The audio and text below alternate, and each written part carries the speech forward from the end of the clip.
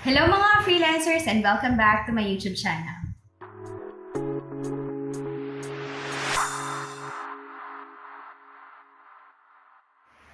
So this is our part 2 ng financial statements tutorial, and initially naipakita ko na sa inyo yung paggawa ng income statement. Kaya naman this time around we'll do the balance sheet. And actually may important role yung net income na nakuha natin sa income statement earlier, kaya mas inuna natin siyang gawin. So let's now proceed with the video tutorial.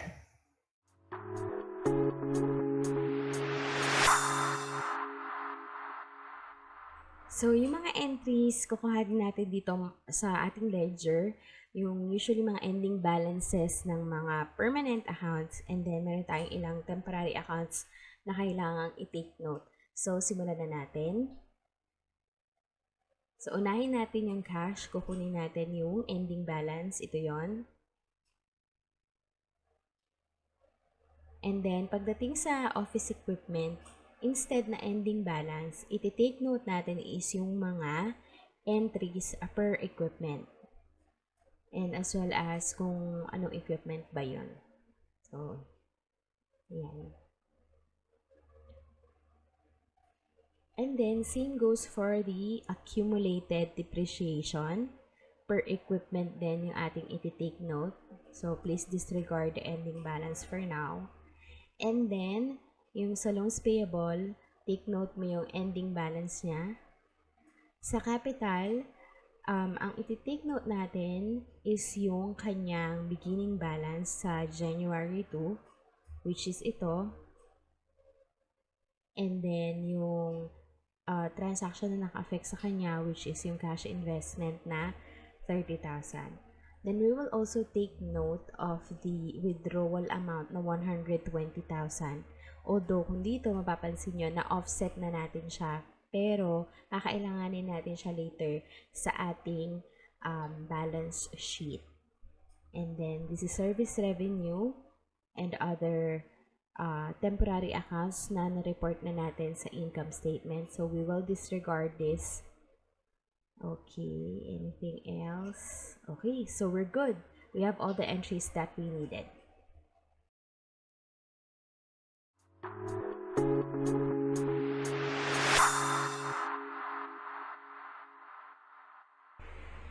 So for the balance sheet, it's as easy as asset equals liabilities plus owner's equity.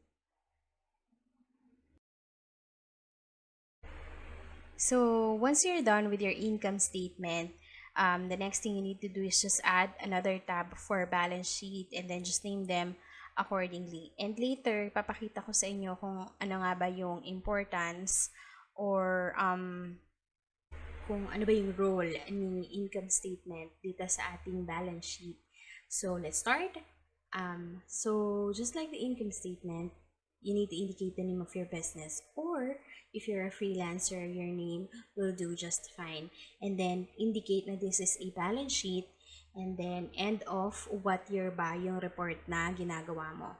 Now, as I've said earlier, yung balance sheet is just asset equals liabilities plus owner's equity. So we have to group them. Let's start first with assets. So, dun sa aking book of accounts, ang meron lang naman doon is cash and office equipment. So, as you can see, andito na yung mga information na nakollect natin from the ledger earlier. So, for cash, dito ko siya nilagay. And then, for office equipment, nilagay ko yung mismong equipment and then yung value niya nung nabili ko siya.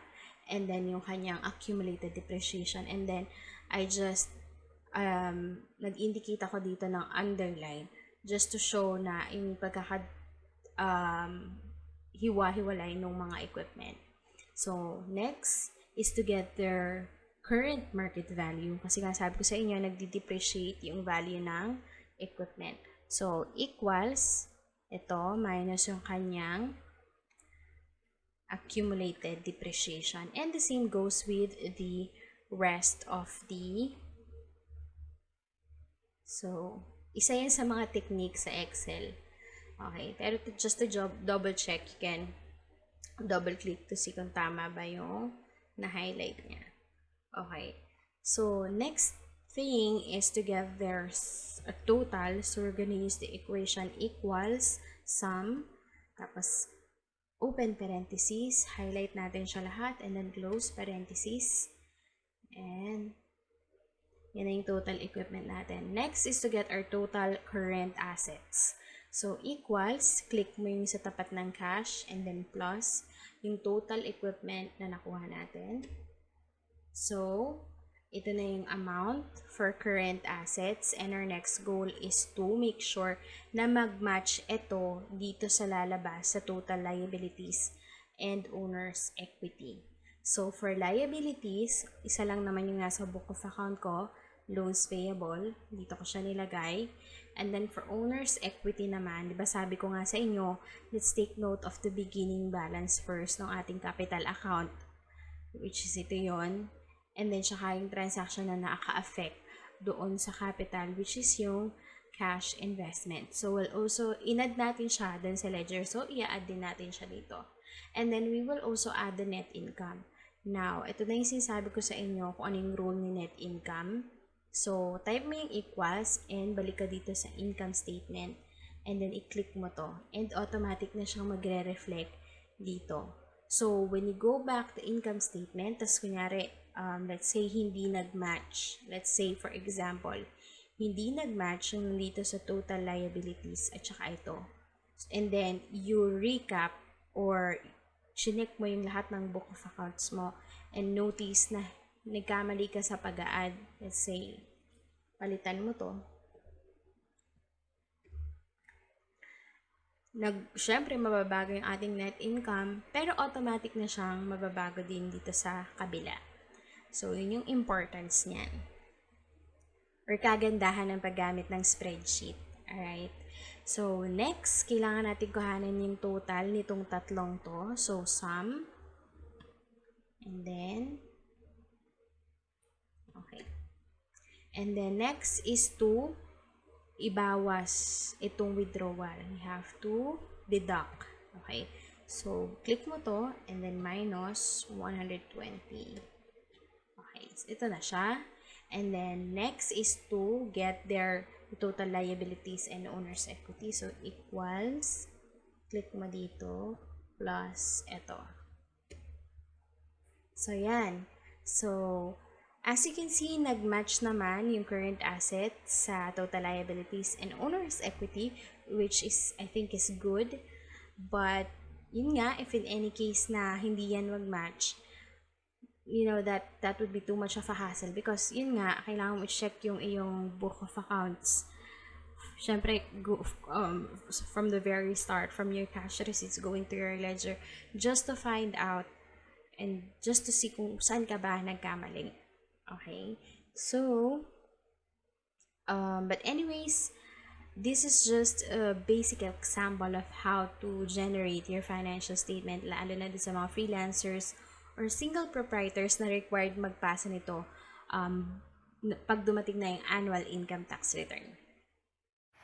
So, that's all for today's discussion and sana marami na naman kayong napulot na aral mula sa tutorial na to at hopefully may apply niyo siya sa paggawa niya ng financial report lalo't nalalapit na yung due date ng ating annual income tax return this year.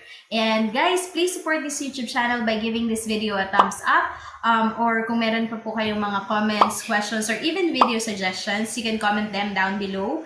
And kung ayaw mo naman magpahuli sa mga susunod ko pang video uploads, don't forget to subscribe to my YouTube channel and hit the notification bell para lagi po kayong updated.